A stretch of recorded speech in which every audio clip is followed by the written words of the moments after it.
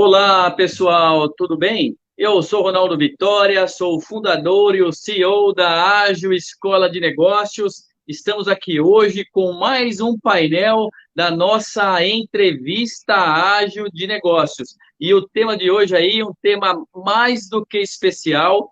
Tenho certeza que um tema que será super produtivo aí para você que está nos acompanhando aqui na nossa live.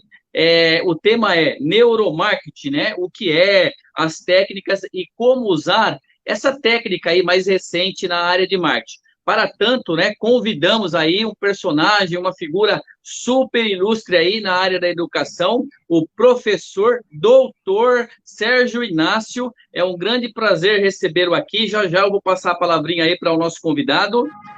Antes, né, como de costume, nesse painel da entrevista ágil de negócios, eu gostaria de agradecer também aos nossos dois apoiadores aí, patrocinadores desse painel exclusivamente, né? Mandar um abraço lá para o Douglas Santos, da Ative Benefícios, Ative Vantagens, que também falou bastante aqui na nossa entrevista passada a respeito do case dele de pioneirismo e inovação. E também mandar um abraço, né, um agradecimento especial para a Priscila Biela, que é a nossa diretora de marketing, e cuida aí do marketing da escola lá pela PB Conecta.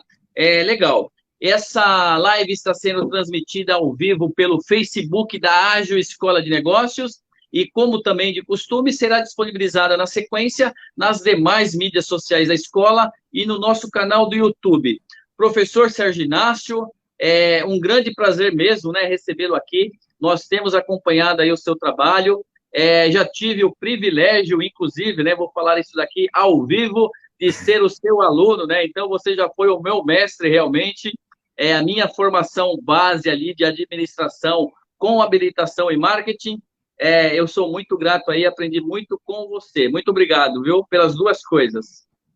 Ô, meu amigo Ronaldo, obrigado pelas palavras.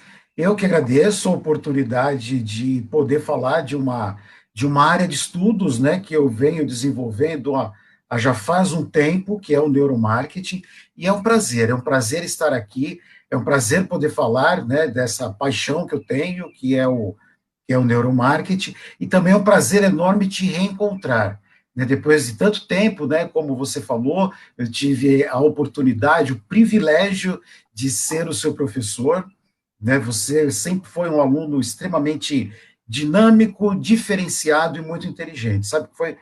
Para mim, uma das grandes felicidades que a gente tem como professor é encontrar ex-alunos e encontrar eles bem, do jeito que você se encontra. Obrigado pelo convite, obrigado pela oportunidade, meu amigo. Legal, muito bom. Olha só, professor, ganhei meu ano, viu? Não preciso de mais nada.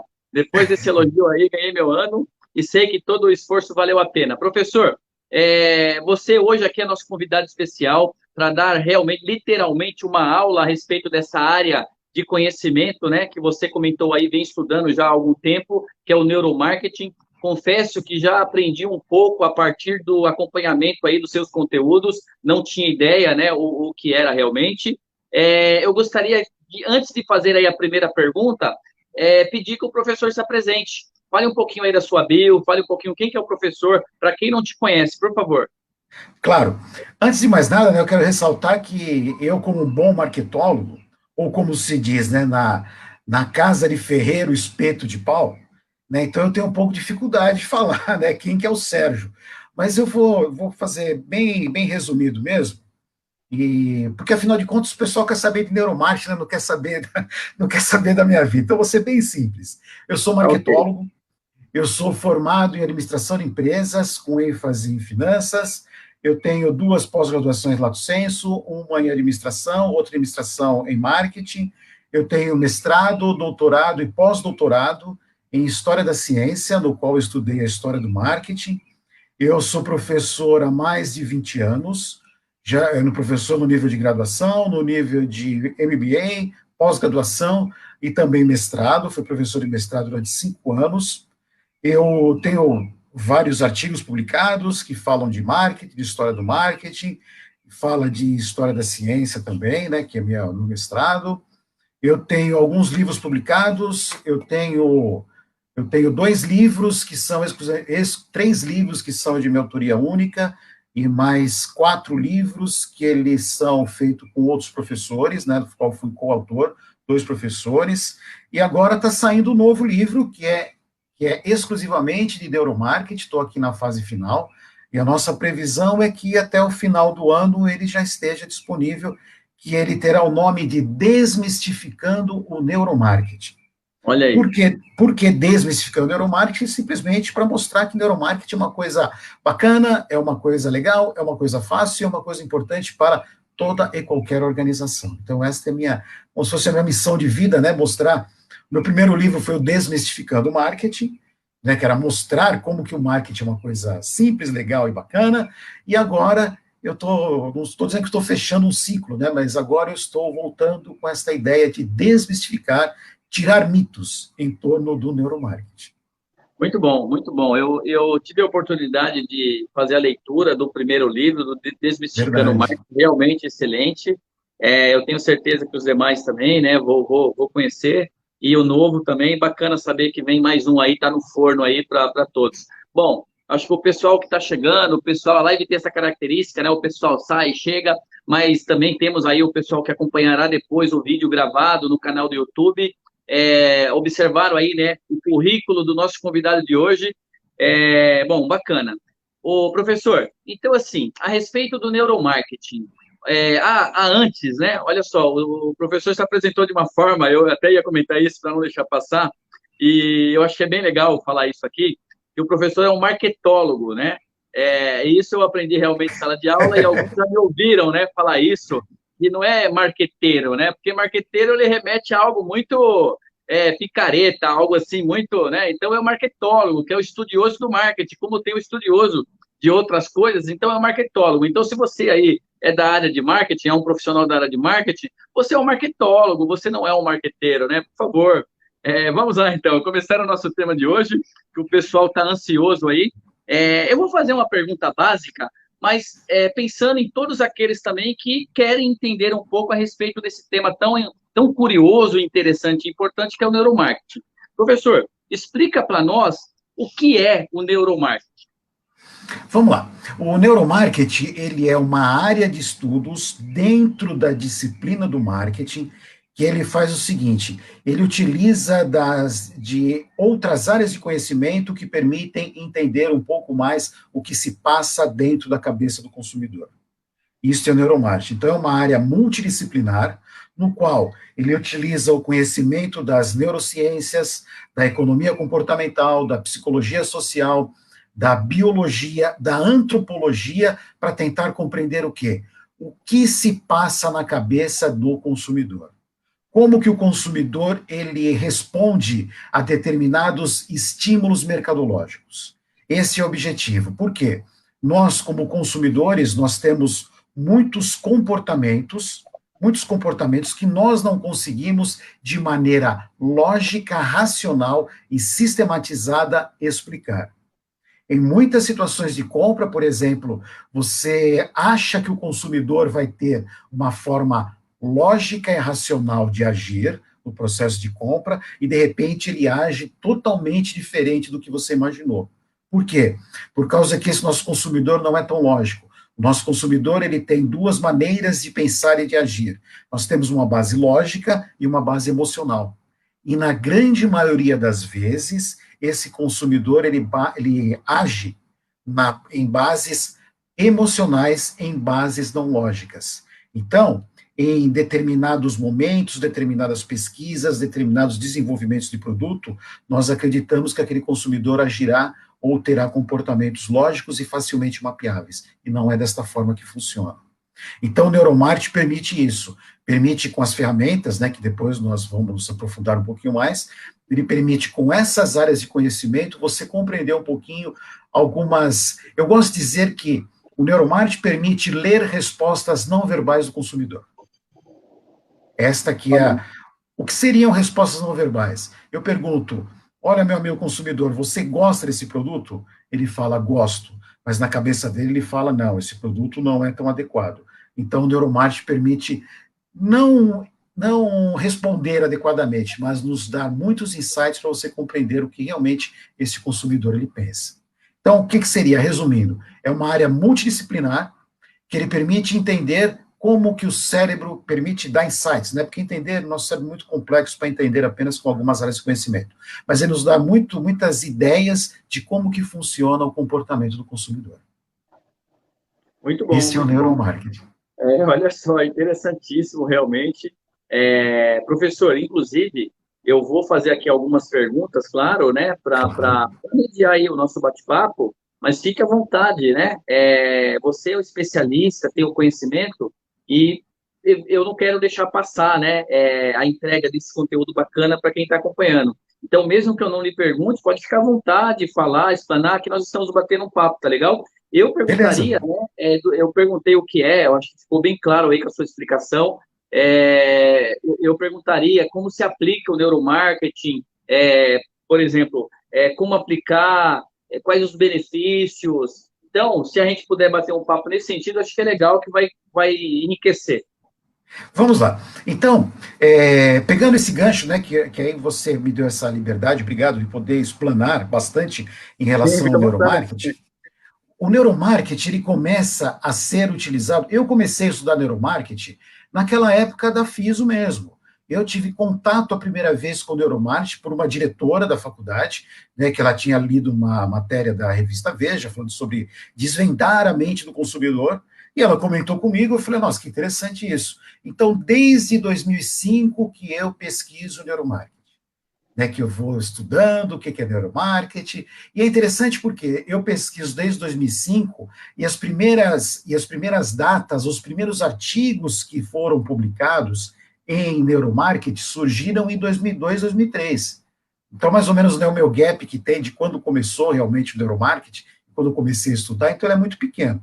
Então, ele começa desde 2002, né, o primeiro artigo que foi publicado, falando em uma revista acadêmica, falando sobre neuromarketing, ocorreu em 2002, no qual eles fizeram uma pesquisa com os consumidores para saber qual que eram as preferências que existiam entre dois refrigerantes, né, que era a Coca-Cola e era a Pepsi, por quê? É o famoso teste cego, né, que se tem algum aluno meu assistindo, ele vai lembrar disso, porque eu sempre comento esse teste cego, né, porque é replicar um experimento da década de 80, né, no qual a Pepsi fez um teste cego, né, ela deu um pouquinho de refrigerante num copo para um grupo de consumidores e um pouquinho no outro, sem que as pessoas soubessem o que tinha dentro desses recipientes. E a grande maioria das pessoas preferia o sabor que estava no recipiente da Pepsi. E aí eles fizeram o quê? Eles fizeram uma propaganda falando a Pepsi, né? Olha que interessante, né? Sem saber a marca, os grandes consumidores preferem o sabor da Pepsi. E aí teve lá uma mudança drástica no mercado, a Coca-Cola lançou a New Coke, né, que foi um fracasso total, enfim. Foi um dos casos de neuromarketing, os casos de marketing muito famosos. Esse caso ele é tão interessante porque ele nunca saiu da cabeça dos pesquisadores em marketing. Esse teste ele é refeito em várias situações e foi refeito em 2001. Então, 2001, 2002, eles pegaram uma universidade na Inglaterra e fizeram o mesmo teste perguntando: olha, qual dos dois que você prefere? Deram um copinho para cada um e, de novo, a grande maioria das pessoas, elas preferiam o sabor da Pepsi. Aí eles fizeram, que aí surge o neuromarketing. Aí eles fizeram uma pequena mudança no experimento. As pessoas, eles deram um pouquinho, ó, isso daqui é Coca, isso daqui é Pepsi. Esta é a marca Coca-Cola, esta é a marca Pepsi. E essas pessoas, elas eram investigadas dentro de um aparelho de ressonância magnética funcional. Aquele aparelho que a gente faz o exame, que é daquele tubo enorme, né, que dá aquele desconforto. Por que eles fizeram isso? Fizeram isso para saber o quê? Quais áreas dos cérebros eram ativadas, ou melhor, recebiam maior oxigenação quando recebiam um estímulo de marketing. E aí perceberam o seguinte: quando as pessoas não sabiam qual era o produto, a maioria preferia a Pepsi. Quando era dito, esta é Coca-Cola, esta é Pepsi, aí reverteu. Quase que 80% das pessoas preferiram a Coca-Cola. E foram descobrir por quê. Foram descobrir por quê. E quando eles fizeram o mapeamento do cérebro, eles perceberam o seguinte: quando a pessoa recebia o estímulo da Pepsi, a área do cérebro que era ativada, né? Porque eu recebo um estímulo, aí eu começo a ter maior oxigenação no cérebro para mostrar qual que é a área que é ativada para ter determinados movimentos, percepções ou atitudes dessa pessoa. A área que recebia mais oxigenação eram áreas ligadas à razão. Qual razão? A lógica. As pessoas tentavam, de uma maneira não consciente, justificar o porquê que poderia escolher o sabor da Pepsi. Quando era Coca-Cola, eram duas áreas que eram ativadas. A área da memória, as pessoas lembravam dos momentos importantes que eles tiveram ou se relacionaram com a Coca-Cola, e a área da emoção. A área da emoção. Ou seja, na batalha do nosso cérebro entre emoção e a razão, normalmente a emoção ela ganha. Mas aí levantou o quê? Todo esse experimento levantou um questionamento muito interessante. Eles pensaram o seguinte: se nós tivéssemos perguntado para o consumidor por que que você prefere a Coca-Cola ou por que que você prefere a Pepsi, será que eles saberiam verbalizar a opinião deles? Provavelmente não. Aí eles falaram, ótimo, olha que interessante. Existem respostas ou existem comportamentos que esse consumidor não consegue verbalizar o que ele sente. Ele não teria a capacidade de falar assim, olha, eu prefiro a Pepsi porque eu acho que o preço dela é melhor, ou eu acho que o gosto dela é melhor.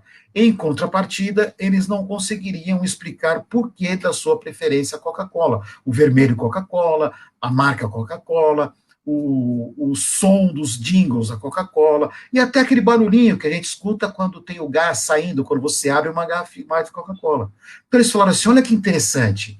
E aí o que eles fizeram? Aí surge o neuromarketing. Aí eles pensaram, ou chegaram à conclusão, olha, existem comportamentos deste consumidor que, primeiro, não são lógicos, e segundo, não podem ser verbalizados.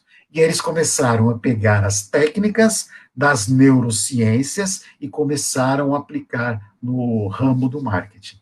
É assim que surge. E aí o que acontece, né? Pegando o gancho, Ronaldo, se você quiser me interromper alguma pergunta, fica à vontade, tá? Aí eles Imagina, pegaram. aluno não interrompe a aula. Aí eles pegaram o gancho, né, que eles falaram, pô, olha que interessante, tem o quê? Aparelho de ressonância magnética funcional. Aí eles pensaram, existem outras técnicas utilizadas nas neurociências, na economia comportamental, que nós podemos utilizar para compreender essa caixa preta que é o cérebro humano? E eles começaram com várias técnicas. Então, tem o quê? Para que a gente possa compreender essas respostas não verbais do consumidor. Olha, tem em média, Ronaldo, mais ou menos umas 10 ferramentas que você pode utilizar no neuromarketing. Eu vou falar as mais comuns, e aquelas que as pessoas, né, que são as mais usuais no mercado. Então, eu tenho o aparelho de ressonância magnética funcional, que é aquele, né, que você faz o exame. Na hora que você faz o exame, entra lá, ele vai medindo quais são as áreas do cérebro que recebem mais oxigenação. E aí, obviamente, com o protocolo médico, você fala, olha, foi a região setentrional esquerda do cérebro. Aquilo está relacionado ao quê? À emoção, ao prazer, ao medo, à angústia, à raiva. E aí você tem um panorama mais interessante. Como que você faz? A pessoa fica lá dentro do aparelho e tem um espelho, como se fosse um retrovisor de carro. Que a pessoa está lá, um espelho de carro, a pessoa está deitada e ela consegue ver qual é o estímulo. Esse estímulo pode ser uma propaganda, pode ser um logo, pode ser um estímulo sonoro. Eu posso colocar o jingle, uma música, e aí eu verifico quais são os sentimentos que tem por trás quando a pessoa se depara com esse estímulo. Outro aparelho que nós temos é de eletrocefalograma, que ele também parte do mesmo pressuposto, porque ele vai medir o quê? As variações, as sinapses elétricas que dá no nosso cérebro, né? Quando o nosso cérebro recebe um estímulo, tudo parte desse princípio. Eu recebo um estímulo, barra uma propaganda, um estímulo de marketing, e como que o meu cérebro reage para que eu tenha um determinado comportamento. E quando vai ocorrer essas sinapses do nosso cérebro, é uma carga elétrica que você tem de um neurônio para o outro. E ele mede essa carga elétrica. Da mesma maneira, quais foram as áreas que foram mais estimuladas? De novo, protocolo médico, você verifica, né, qual que foi a área mais estimulada. Você tem o eye tracking. O eye tracking, ele mede o quê? Movimentos oculares. Né, movimentos oculares, então, por exemplo, eu estou de frente com uma propaganda, estou assistindo um filme, e ele vai medir o quê? ele vai medir qual que é o ponto de uma propaganda que eu estou olhando. Se eu olho, por exemplo, o logo da empresa, se eu olho para o rosto daquele consumidor. E junto com o eye tracking, eu posso colocar o do eletrocefalograma, porque eu consigo fazer, eu verifico para onde que a pessoa está olhando e qual o sentimento envolvido. Então, eu consigo ter esses dois exames, né, sendo analisados. Eu posso utilizar também aparelhos que medem a temperatura da pele, né, porque a gente não fala que quando nós ficamos envergonhados, a gente fica ruborizado. Então, o que acontece? Modifica a temperatura da pele. Ou então, quando eu fico com medo, fica a mão gelada. Então, de novo, é um sentimento relacionado a algum estímulo que eu recebi. Então, eu também posso utilizar isso simplesmente para captar as respostas não verbais desse consumidor. Eu tenho também aparelhos que medem perfis hormonais. Porque nós temos algum grupo de pesquisadores em marketing que eles acreditam que o consumidor ele é simplesmente uma máquina físico-química, biologicamente falando. Então, eu sempre falo, quando eu recebo um estímulo, existe uma reação química no meu organismo que faz com que eu tenha uma resposta física. É desta maneira que eles trabalham. E essa parte química é medida por meio dos hormônios, alterações hormonais. Então, também é uma pesquisa em neuromarketing que, por exemplo, vamos imaginar que eu tenho um grupo de pessoas que vão passar por uma pesquisa em neuromarketing. Então, antes de entrar para o experimento, você tira um pouquinho da saliva, guarda, aí a pessoa recebe os estímulos de marketing. Uma propaganda, talvez um ambiente que simule o ambiente de um supermercado, tocar um produto. E aí, quando a pessoa sai desse experimento, eles vão lá e medem mais uma vez a saliva. E aí eles identificam o quê? Quais foram as alterações hormonais. De acordo com essas alterações hormonais, está relacionado com determinados sentimentos ou percepções desses consumidores. A base principal do neuromarketing é: se eu perguntasse para o consumidor qual que é a percepção que ele tem, ele conseguiria verbalizar o que realmente ele sente? Normalmente não. E aí o neuromarketing ele funciona como uma ferramenta que auxilia a você a compreender ou auxilia você a entender melhor essas respostas dos consumidores. Essas Muito são as bom. tecnologias do neuromarketing. Professor, nossa, é assim, é sensacional realmente. Muitas informações aí interessantes, importantes. Eu tenho certeza que quem está acompanhando, que já é aí talvez empresário, não importa aí se de pequena, média ou grande empresa, ou mesmo microempresas, né? Empresários de microempresas, certamente estão aí refletindo e pensando, porque nós conhecemos, né, normalmente, como o próprio professor falou, as técnicas, né, mais convencionais do marketing, você falar aí de segmentação demográfica, comportamental, psicográfica, tal, uma coisa ali mais, entre aspas, aí até um pouco mais fácil, né? Pode dar É, trabalho, mas é um pouco mais fácil. E o neuromarketing não, o neuromarketing realmente ele vem aí estudando, né, essa questão, essa reação, essa decisão não comentada, né? Me permita aí os meus é, termos, é algo bem sim, interessante. E o que me chama bastante atenção, professor Sarginas, é o marketing cada vez mais próximo da tecnologia, né? É, sem dúvida alguma. Normalmente as pessoas associam o marketing à tecnologia, mas a questão de sistema, software, não a tecnologias da área da saúde, né? Porque aí acho que, Sim, sei lá, de todas que o professor citou, eu acho que de 10, 8 são equipamentos, tecnologias adotadas na área da saúde. Então, olha como que isso é sem legal. dúvida. É muito interessante. E até me permita aí, até para o professor continuar, eu não quero lhe interromper aí, até para não perder o raciocínio, mas eu fiquei aqui imaginando o seguinte, né? Eu falei, gente, será que a gente corre risco agora, né? Porque as pessoas, né, hoje em dia, na era da internet das coisas, da digitalização, da inteligência artificial, inclusive com a LGPD aí, olha o cruzamento que a gente está fazendo, né? Para nos Sim, proteger um pouco mais, daqui a pouco estão pegando aí esses comportamentos, essas reações, mas na realidade não, né? Porque tem que ter um estímulo, não é isso? Tem que ter um objetivo de verdade. pesquisa e um estímulo. E para isso o professor falou aí dos experimentos, né, por grupos de pessoas e tal. Eu atuei em segmento financeiro por 20 anos, não importa, Eu né? lembro, eu A lembro, época, lembro. por 20 anos. E mais ou menos ali em 2007, 2008, que pela sua explicação, o neuromarketing já estava mais fundamentado, né? Os bancos, né? Eu atuei com produtos, inovação, tecnologia, essas máquinas de autoatendimento e tudo mais, os bancos utilizavam, faziam teste, e hoje eu compreendo ainda mais, né? Ainda mais agora de ouvindo, essa questão aí do track, de rastrear, né? O olhar. Sim, Para quê? sim. Para justamente colocar os botões, onde que olha É, primeiro, onde que olha, e as propagandas, né? E as propagandas exato. também, onde coloca aquilo que é mais importante, uma propaganda, para ver onde você está olhando. Olha só como é interessante. Né? Tá aí um case, né? Um caso real de aplicação do neuromarketing no segmento financeiro bancos. É verdade. E, Ronaldo, só com essa explanação que você fez, surgiu um monte de coisa que eu fui anotando aqui, então agora eu vou começar a encaixar e termino com essa observação que você falou que foi fantástica.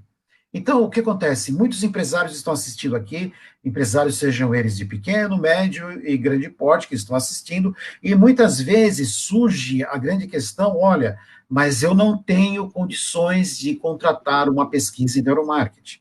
Não dá para contratar um instituto de pesquisa que tem um aparelho de ressonância magnética, porque é caro isso. É verdade. Mas a grande vantagem do neuromarketing, que isso que eu acho brilhante, é o quê? É aprender com as descobertas já feitas. Então eu não preciso fazer o experimento. O que eu faço? Eu leio a respeito, verifico as descobertas e faço o quê? Faço testes. Faço, por exemplo, na história inteira do marketing, nós aprendemos de qual forma? Lendo de marketing. Nós líamos os casos de marketing e falamos o seguinte: vamos replicar na minha empresa. Sempre foi assim. O marketing sempre foi desta maneira. Então, se você está assistindo e fala, poxa, mas isso daqui não é para mim. Não, não pense dessa maneira, porque é para você sim. Você pode utilizar, ver as descobertas e replicar. É assim, o conhecimento sempre foi da mesma forma. Sempre foi transmitido ou aplicado dessa maneira. Eu não preciso colocar a mão no fogo para saber que ele queima, eu aprendo com os outros. Então, eu posso aprender com as descobertas já realizadas. Tá? Então, não fiquem constrangidos, falar, pô, é muito caro. Não, não é. Não é. É caro, mas você pode aprender com as descobertas. Outra situação muito interessante é que nós, o, nós temos um pequeno problema no mercado, que é assim: toda vez que uma nova teoria surge, nós temos a tendência, isso faz parte do ser humano, de acreditar que as outras que tinham anteriormente, elas deixam de existir. Né? Então, eu queria apenas ressaltar isso, que nós temos duas maneiras de analisar o comportamento do consumidor.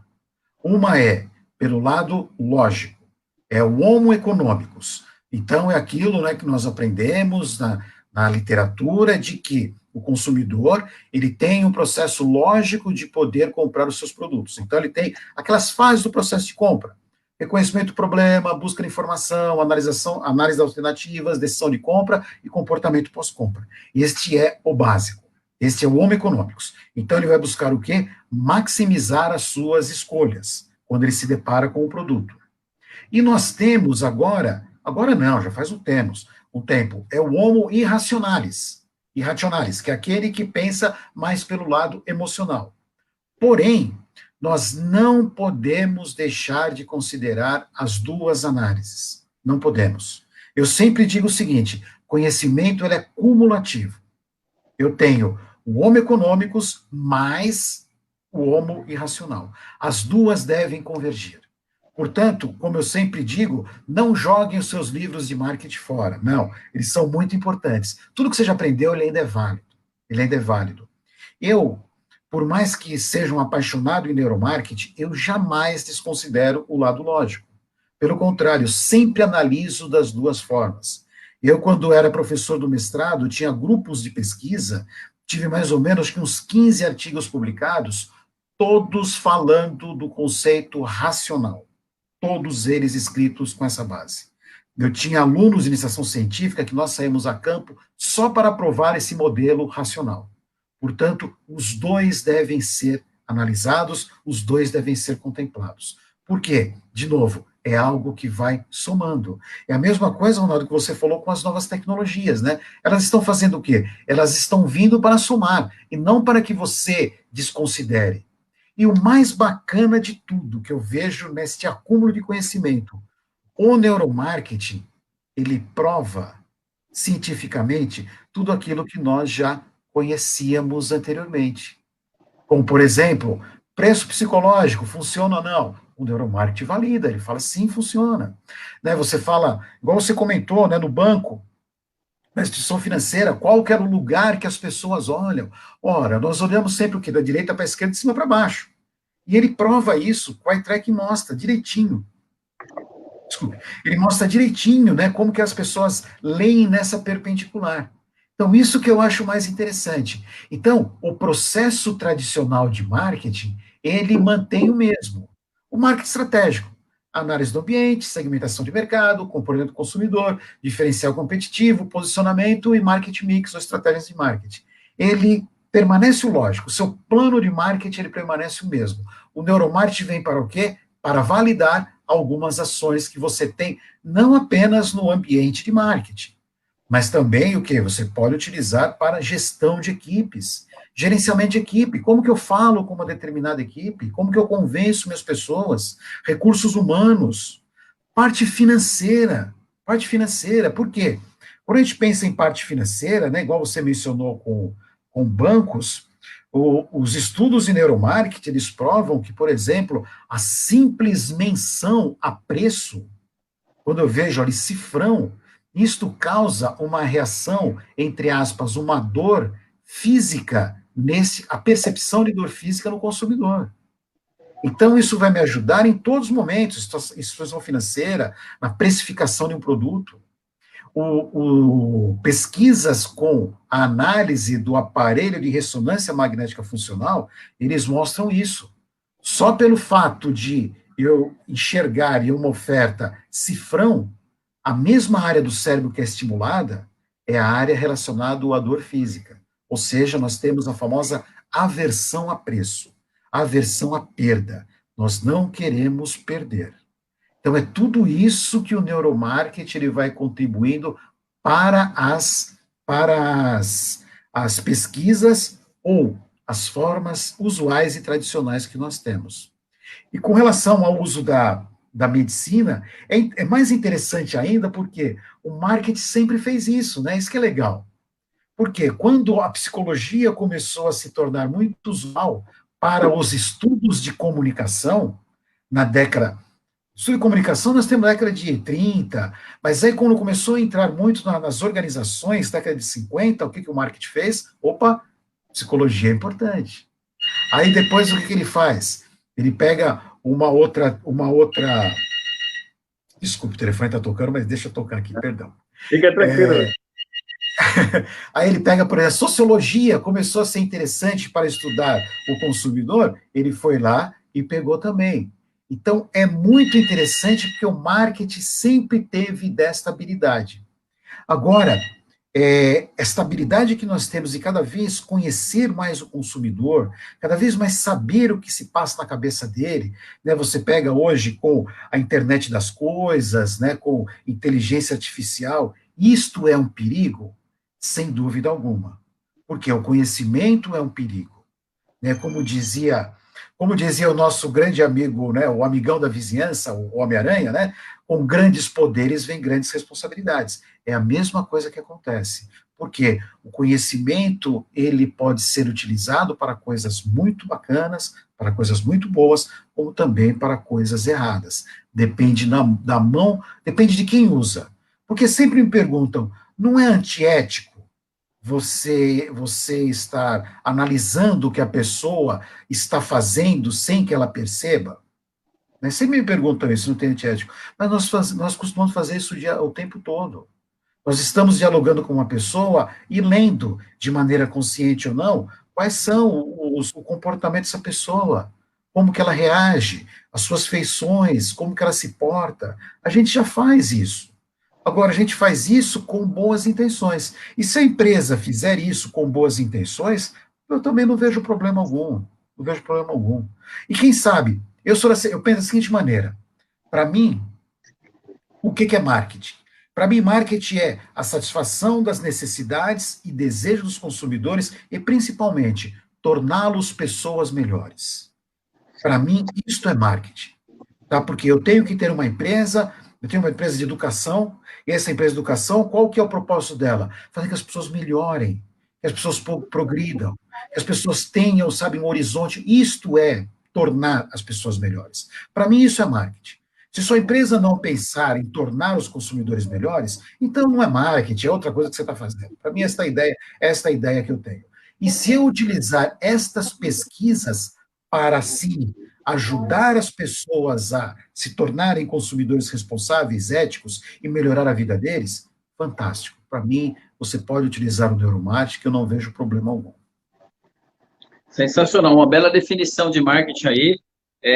Depois até vou recuperar o vídeo aqui para a gente colocar isso daí nos comentários aí, sua autoria, colocar essa definição aí que realmente ela é completa e ela é rica, né? Ela é rica porque realmente toda empresa, claro, todo o CNPJ, ele tem ali sua finalidade lucrativa, mas essa definição que vem do marketing sua, ela acaba mostrando também esse valor muito importante de se preocupar realmente com o cliente, com o consumidor, e vender, mas vender algo que realmente lhe agrade, que traga qualidade, que ele fique satisfeito, né? E é muito legal. E com relação ao neuromarketing, eu achei interessante também essa questão de transferir a análise de um produto, ou mesmo de um serviço, mas principalmente de um produto, para a questão de uma equipe, por exemplo, ou de colaborador, né? Em geral, via área de RH. Então, assim, de repente uma área não está funcionando muito bem, por exemplo, né?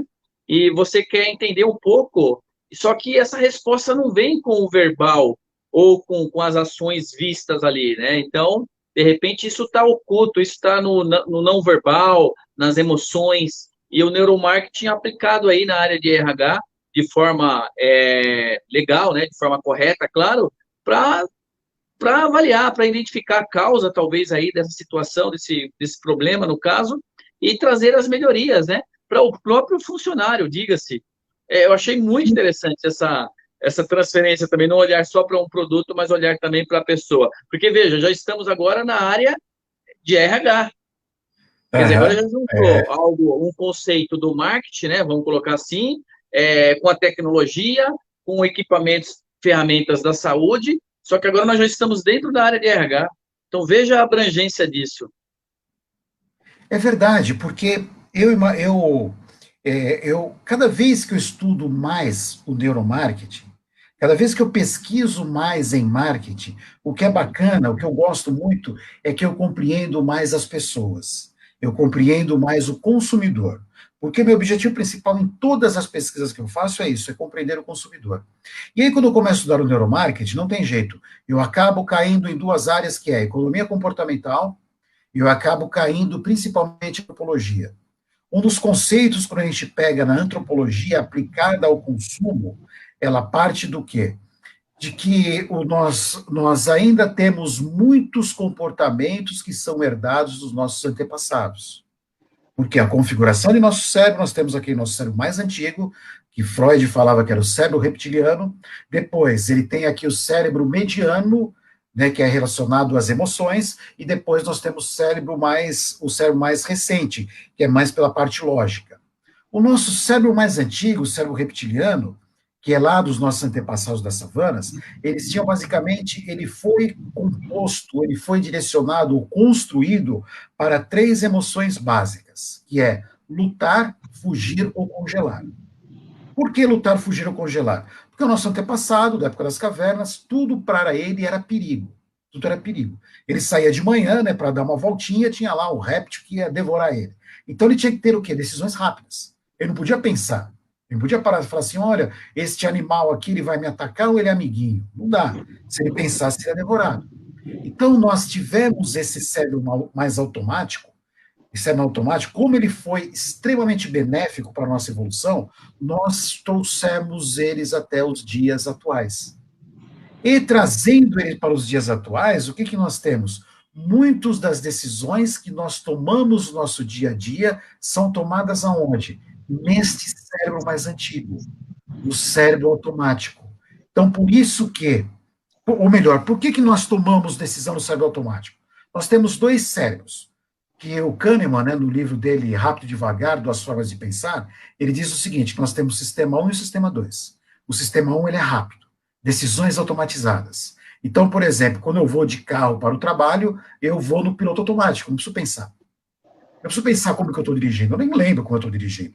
Eu automatizo o processo para fazer o quê? Para economizar energia. Olha lá, herança dos nossos antepassados, que tinha a todo momento economizar energia para, senão ele ia entrar, ele ia desaparecer.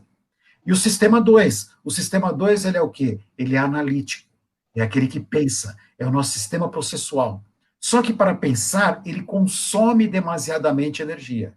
E aí, se eu consumo energia, eu vou ficando um pouco mais desgastado, um pouco mais exaurido. Então, nós temos esses dois cérebros. E nós procuramos, na maioria das vezes, fazer o quê? Tomar decisões automatizadas, utilizar o sistema 1. Porém, quando eu não consigo tomar decisões do sistema 1, que ele é automatizado, aí eu vou para o sistema 2, que ele é mais oneroso. Isso nos ajuda a compreender o quê? A compreender várias situações do comportamento do consumidor e também aplicado aonde? No nosso dia a dia, no nosso trabalho.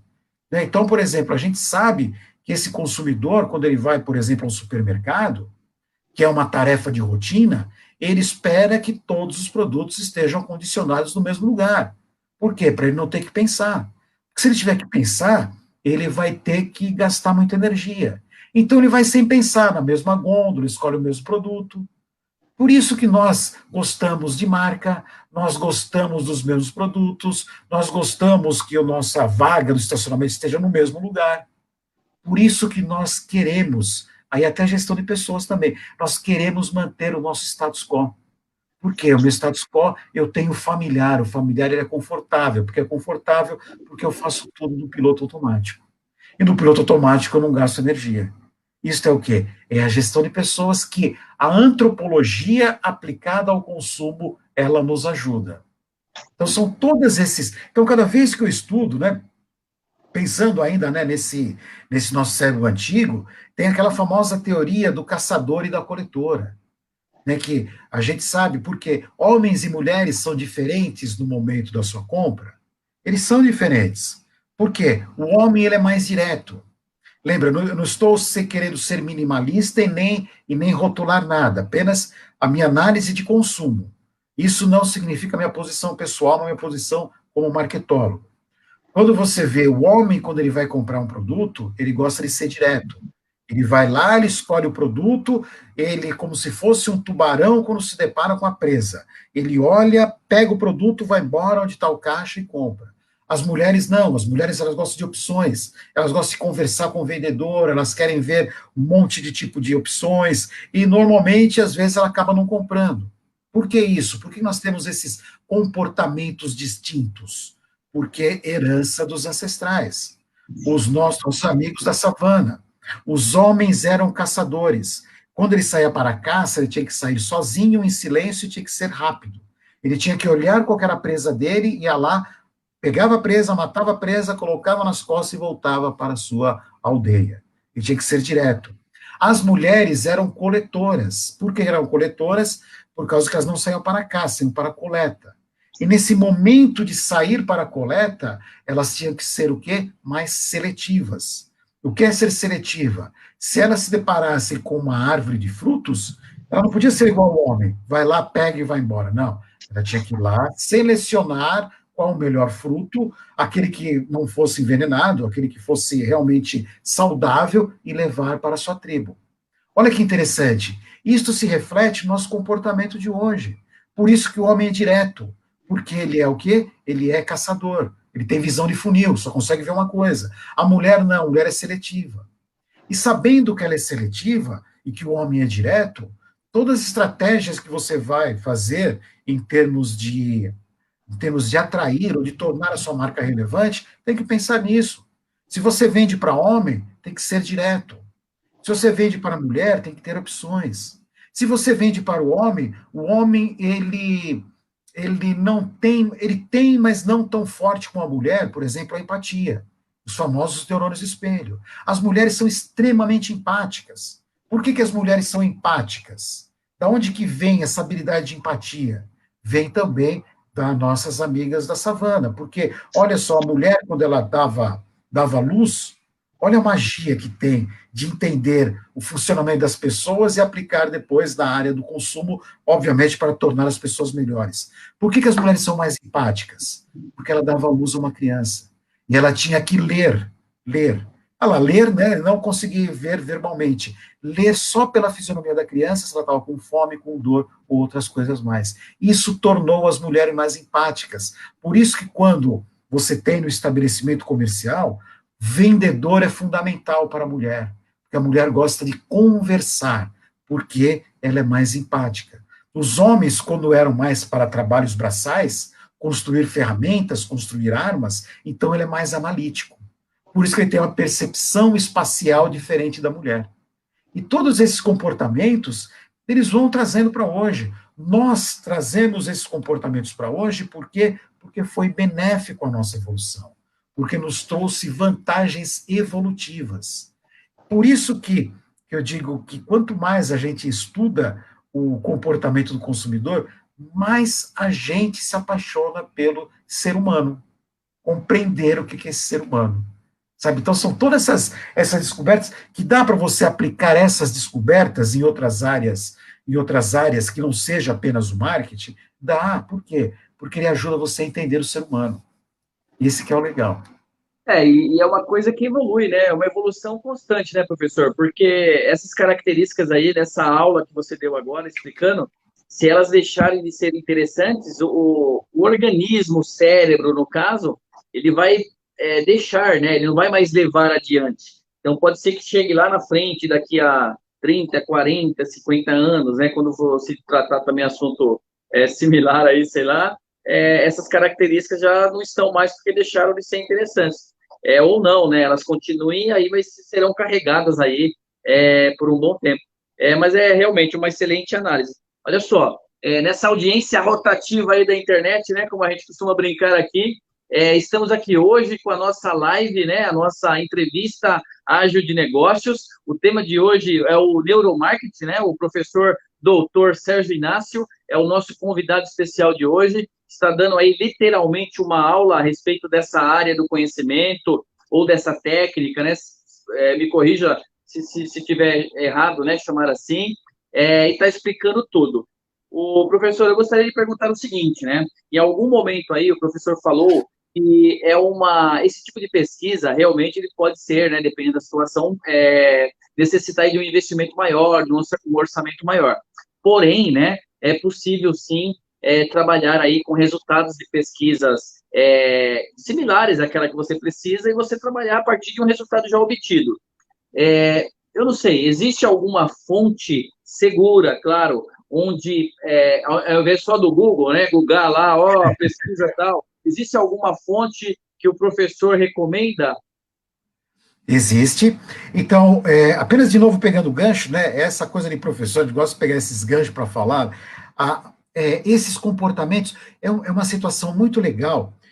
É uma situação muito legal, muito interessante, porque nós temos uma configuração física do nosso cérebro que nos ajuda a processar determinadas informações. Então, a gente faz o quê? A gente recebe estímulo, o estímulo do ambiente, a gente processa esse estímulo e aí a gente tem determinadas respostas. É dessa maneira que funciona. E aí eu falei que nós ainda mantemos comportamentos nossos amigos das savanas, nossos antigos antepassados caçadores e coletores.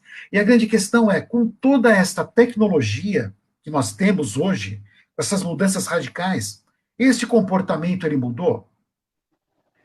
Pensando de uma maneira bastante direta, a gente pode falar sim, mudou, porque foram mudanças radicais que nós temos no relacionamento entre empresa e consumidor. Porém, eu sempre defendo esta tese. O ambiente mudou. A evolução social é muito mais rápida do que a evolução humana. Porque os comportamentos mudam de década a década. As tecnologias avançam década a década. Só que, para que exista uma mudança em termos do processamento do cérebro, teria que ter uma mudança fisiológica. E essa mudança fisiológica, ela demora muito tempo para que ela possa ocorrer. Por isso que, mesmo com todas as tecnologias que nós temos à nossa disposição, nós ainda mantemos esses resquícios do caçador e da coletora. Por quê? Do mesmo jeito que eu tenho todas as vantagens do digital, de poder comprar, eu ainda penso com o sistema 1, eu ainda penso de maneira automatizada, eu ainda penso em termos de escassez, eu ainda acho que nós não teremos todos os recursos disponíveis para a sobrevivência. Eu ainda mantenho todo aquele pensamento, isso é muito interessante, porque o digital, ele permite o que eu sempre digo, ele potencializa as estratégias tradicionais que nós temos. Ele intensifica relacionamentos. Quais relacionamentos? Aqueles que nós já temos. Portanto, por mais que existam todas essas mudanças, nós não conseguimos acompanhá-las. Então, a gente mantém aquele pensamento muito antigo. Tá? Então, é legal isso, né? Acho muito, muito bacana. É muito interessante. Em relação às fontes de pesquisa, as fontes de pesquisas que eu tenho é o seguinte: primeiro, livro. Livro. Depois você pode deixar o meu contato, o meu e-mail, quem tiver interesse sobre biografias, né, em relação a neuromarketing, eu tenho uma série de livros. Em relação a sites, eu tenho alguns sites americanos, né? O Roger Dooley é uma fonte muito interessante de neuromarketing. Ele tem o livro Como Influenciar a Mente do Consumidor sem Descobertas de Neuromarketing. Inclusive, vou até mostrar alguns livros aqui, que eu sempre deixo à mão, né, que eu uso para minhas pesquisas. Então, né, ele é um livro interessante. Eu estou sempre publicando no meu blog, eu coloco, né, matérias de neuromarketing. Aqui no Brasil tem um instituto que é muito legal, quem quiser cursos de neuromarketing, que é o IBN, é Instituto Brasileiro de Neuromarketing. Eu tenho três ou quatro lives, eu tenho um curso lá de brand sensorial que eu dou. Agora vai ter um congresso muito bom de neuromarketing gratuito, ele vai trazer até palestrantes estrangeiros, e na sexta-feira, acho que é dia 27, se não me falha a memória, eu vou falar sobre brand sensorial também. E as fontes de pesquisa, basicamente é essa que eu uso. Eu uso, Legal, então, artigos acadêmicos. Olha, então, se puder dar algumas dicas de leitura. Claro, professor. Ó, esta série para dummies, ela é muito interessante. Você está dando para ver, Neuromarketing for Dummies.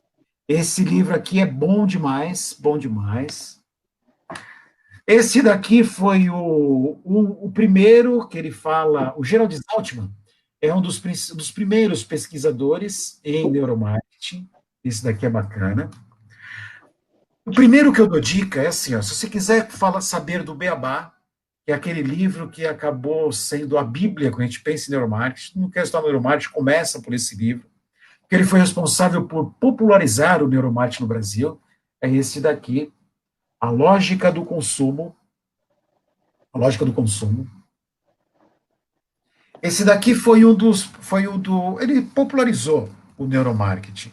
E tem mais outros, depois eu posso dar uma sugestão. E tem o meu também, né, depois, se vocês quiserem. Não, mostra, professor, tá aí o seu? Não, então, porque ele ainda tá na gráfica. Tá no forno, tá no forno. Tá no forno, mas assim que ele ficar pronto, aí eu mostro para vocês. Inclusive, nós estamos até pensando numa mudança da capa, tentar utilizar aí as descobertas do neuromarketing para poder fazer uma capa legal. Mas essas são as literaturas, né, que eu sugiro em neuromarketing.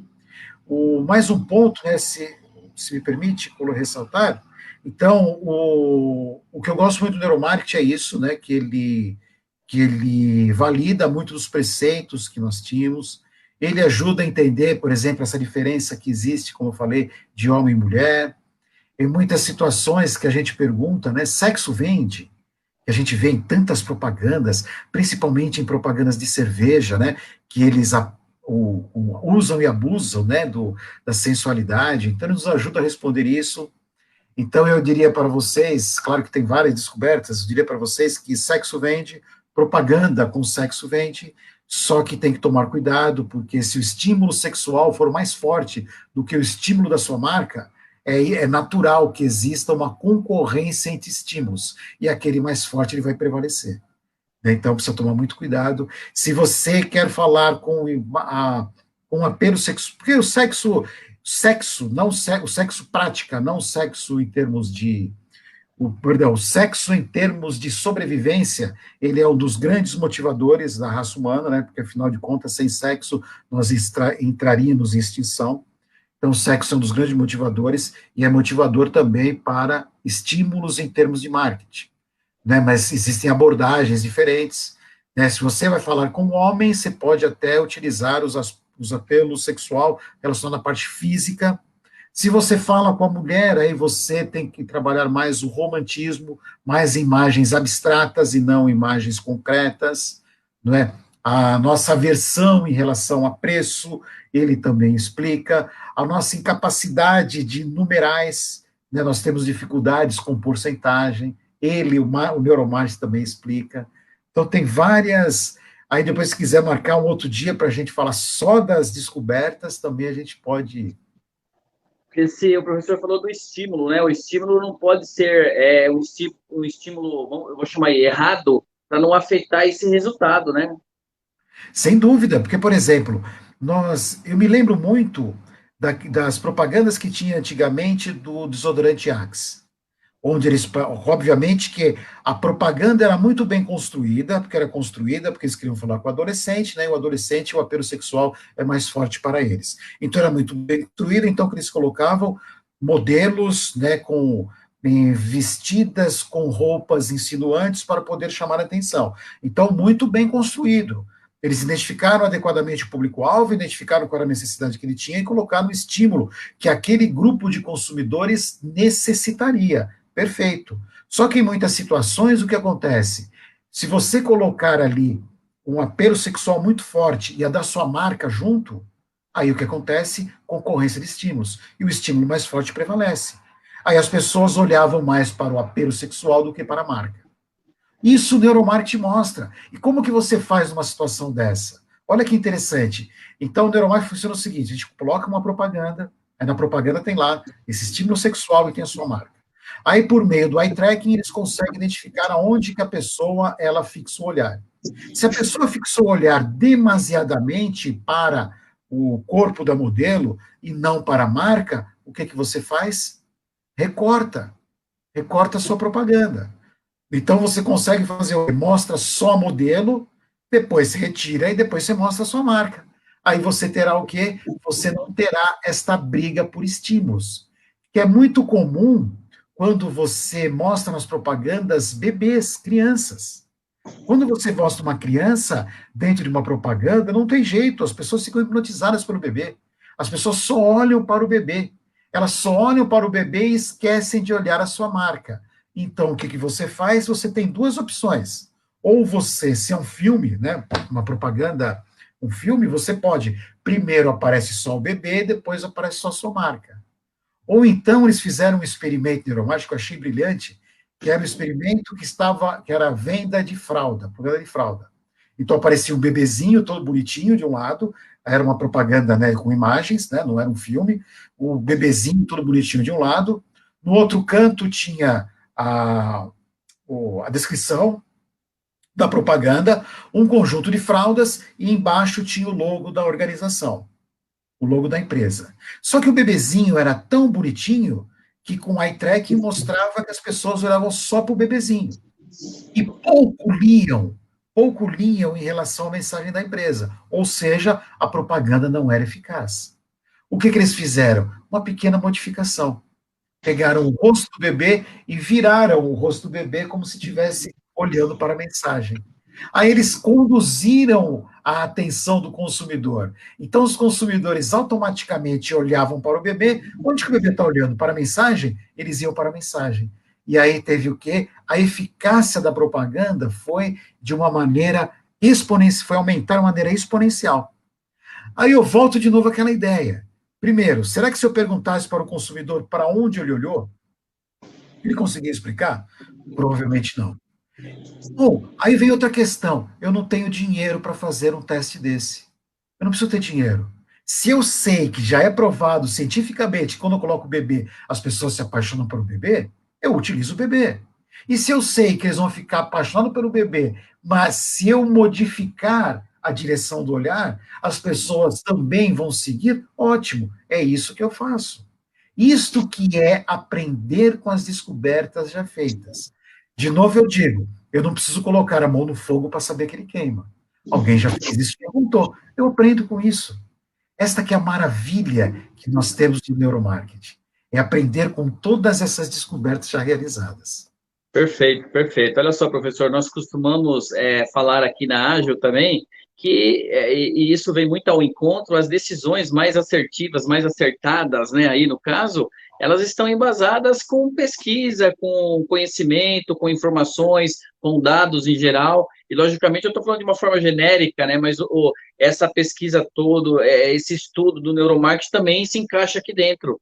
Então, o gestor, o empresário, não importa o profissional de marketing, ele tem que estar antenado nisso, tem que estar acompanhando. Olha só, professor, estamos indo aí para a reta final, né, da nossa entrevista ágil de negócios. Eu costumo dizer também que quando o papo é bom, passa rápido, passou voando aí, está dentro do tempo, né, padrão aí das nossas lives, que é legal. Eu gostaria, salvo, né, logicamente que a live é sua hoje, fica à vontade, caso não tenha falado algo que queira falar, mas eu gostaria que o professor desse uma dica. Eu sei que deu várias aí informações, dá uma dica final para quem está acompanhando aí sobre o neuromarketing. A dica final é o seguinte: são duas coisas que elas vão convergir direto ou indiretamente em relação ao neuromarketing. Primeiro, eu volto a afirmar que o marketing realmente ele deve ajudar a sociedade. Esta é minha missão de vida, é isso que eu penso. A segunda coisa é, ou a terceira, né? Porque agora eu começo a me empolgar, eu vou dar umas 527 dicas.